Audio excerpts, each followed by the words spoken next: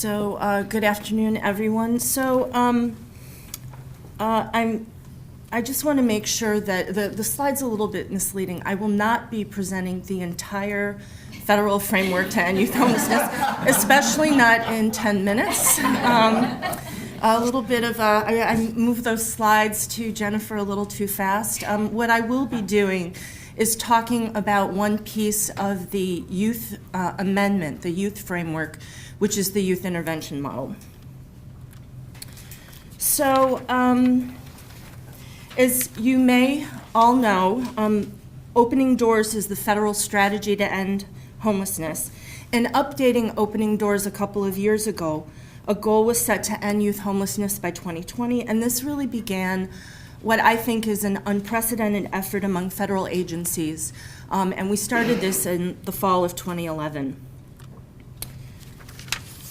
So USICH has a number of different work groups, and the youth work group is made up of more agencies than you see here, but these are the federal agencies that have the most direct programming and or legislative authority focused on unaccompanied homeless youth, and we're the primary developers of the youth intervention model.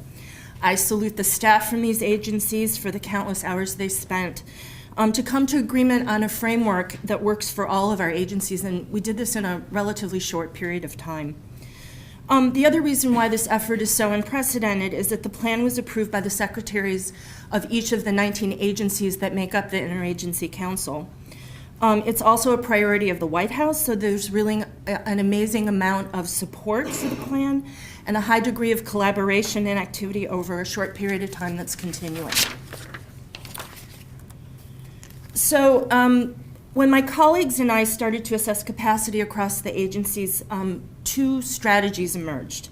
The first was to get to better data. As you know, prevalence estimates vary widely as to how many youth are actually homeless across the country. I think the most often cited study is probably Chris Ringwald's study. That study is almost 2 decades old now. So the strategy, the data strategy, focuses on getting to a national estimate through a number of different means. Better program data, coordination between different homeless information systems, improved point in time counts that better reach unaccompanied and count unaccompanied homeless youth, and investigating other methods like National Household Survey.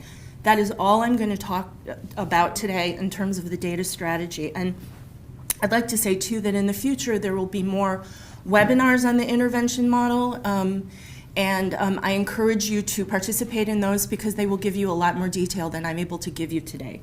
But that's it for the data strategy. The second strategy has to do with capacity for service delivery. As you can see here, there were some steps we took in investigating what a youth strategy might look like. So this led to identification of a number of different important components. The first is to develop and disseminate a research-informed intervention model to support national dialogue and spur innovation. So that's my presentation today. The second is to identify reliable and valid screening and assessment tools and effective interventions. The third is to improve service capacity for homeless youth and priority subpopulations, which also includes some workforce development. And the fourth is to implement effective strategies and evaluation. So here's the translation into the intervention model. I apologize, this is a very busy slide. But what this represents is a systematic approach to connect certain practices and procedures among multiple service providers to improve a targeted set of outcomes. The intervention model was developed with 2 commitments. The first was using the best available scientific evidence from the homeless youth research literature to guide the contents of the model. And the second was incorporating a risk and protective factors perspective to understand the diverse needs of youth experiencing homelessness and provide targets for intervention. So on the top half of the slide, this is, if you look at the circle and the points in the circle, it's similar to many other problem-solving models out there, right? Needs assessment, strategic planning, capacity building, implementation, evaluation, all within the context of continuous quality improvement, cultural sensitivity, et cetera. So, keep doing that, sorry. So, That's not earth-shattering, but I'm going to talk about a couple of points that are particular to the intervention model here. First, you'll notice that there are these two circles. They really represent parallel process at both the youth level and at the systems level. I'll continue to talk more about that. You start out at the top left with screening and assessment tools and establishing that. There are certainly many, I'll speak to runaway and homeless youth providers because that's what I know that we have in ACYF, and they're all doing some kind of assessment, but what they do and how consistent that is varies widely. So screening and assessment often for mental and behavioral health, but here we're also talking about risk and protective factors, substance abuse, trauma, as well as social, emotional, and behavioral competencies and functioning. And in this case, assessment, we think, shifts the focus from outputs to outcomes. With our runaway and homeless youth programs, more often than not, we can tell you if a youth received a service, but we can't always tell you if that service made a difference. We might do assessment upon entry, sometimes at exit, sometimes they leave before exit, particularly in our transitional living program. It could mean that they're doing better. They may not be, but we really don't know. So assessment in this case is talking about a baseline for periodic follow-up as much as we can with this population because we know they come in and out of service. But it's really to see if your interventions are on track, if the kids are on track, and to form adjustments both at the individual case level but also at the systems level in terms of service array. Going clockwise, we move to planning at the individual level, matching risk and protective factors and other assessment information to evidence-based interventions, and at the systems level, helping to determine what the service array is. Next is implementing the interventions that lead to outcomes as well as practice frameworks. I'm going to talk about that a little bit more in the next slide. Next is monitoring and evaluating impacts and outcomes.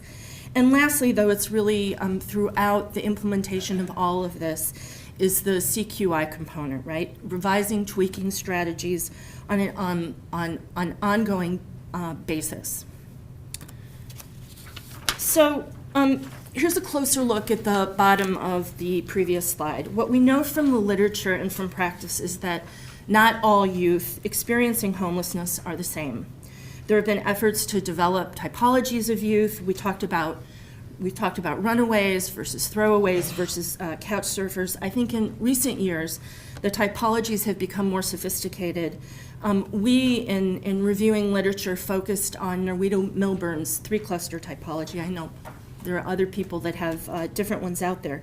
And that's what the information in columns 1 and 2 are related to.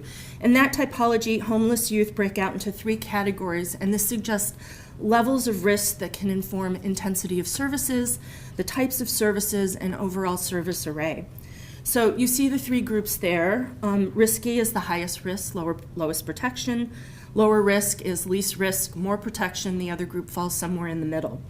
And in the middle, you see the individual risk and protective factors. I'm not going to read them, but we comb the literature, and while some of these factors have stronger evidence than others, we thought this set was a good place to start.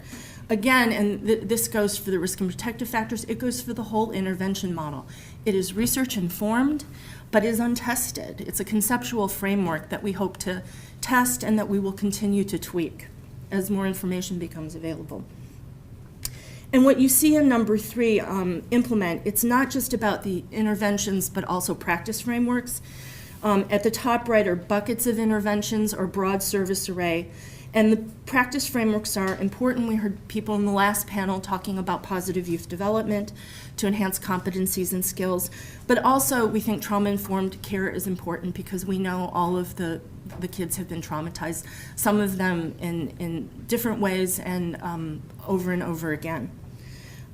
This is probably the trauma-informed care piece is probably the least formed of the intervention model. We were lucky to collaborate with SAMHSA last summer on an expert panel on trauma-informed care for homeless youth. SAMHSA has the National Child Traumatic Stress Network, and we look forward to incorporating that information and having resources on this part of the intervention model.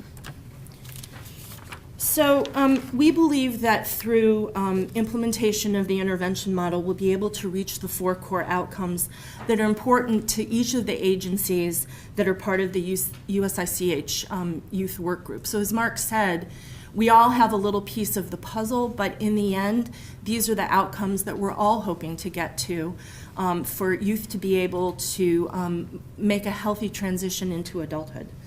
And really, it's regardless of the focus of the different agencies, their particular focus. So this is just a little diagram. It's basically the intervention model in a little logic model. But basically how screening and assessment informs a profile or information, clinical, behavioral health, that then can be used for planning, for housing, for other types of services and supports that leads to evidence-based interventions and outcomes, as you see on the bottom, with progress monitoring for social emotional well-being, and then over the top, those frameworks that I was talking about, positive youth development, trauma-informed care, positive social milieu.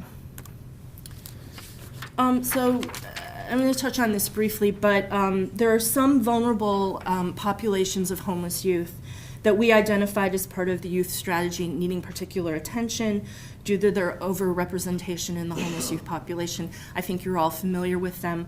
I think what they share is that they experience higher levels of trauma, substance abuse, and mental health issues.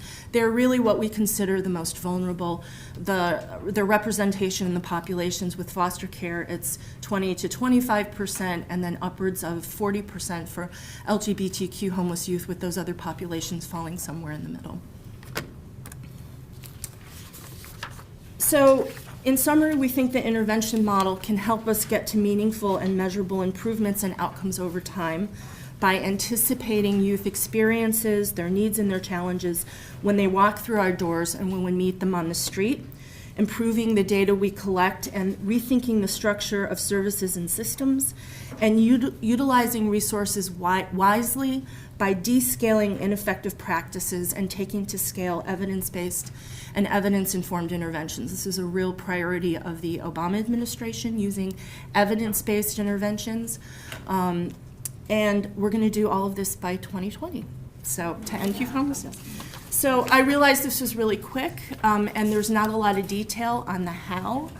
But what's great about this model is that it's something that different agencies, researchers, et cetera, can focus on. It provides an opportunity for testing, and I know Catherine's going to talk about an opportunity we have in the Children's Bureau. And for more information if you want to read the amendment in full, and see the strategy, you can find it at the USICH website, and if you need more information, you can contact me.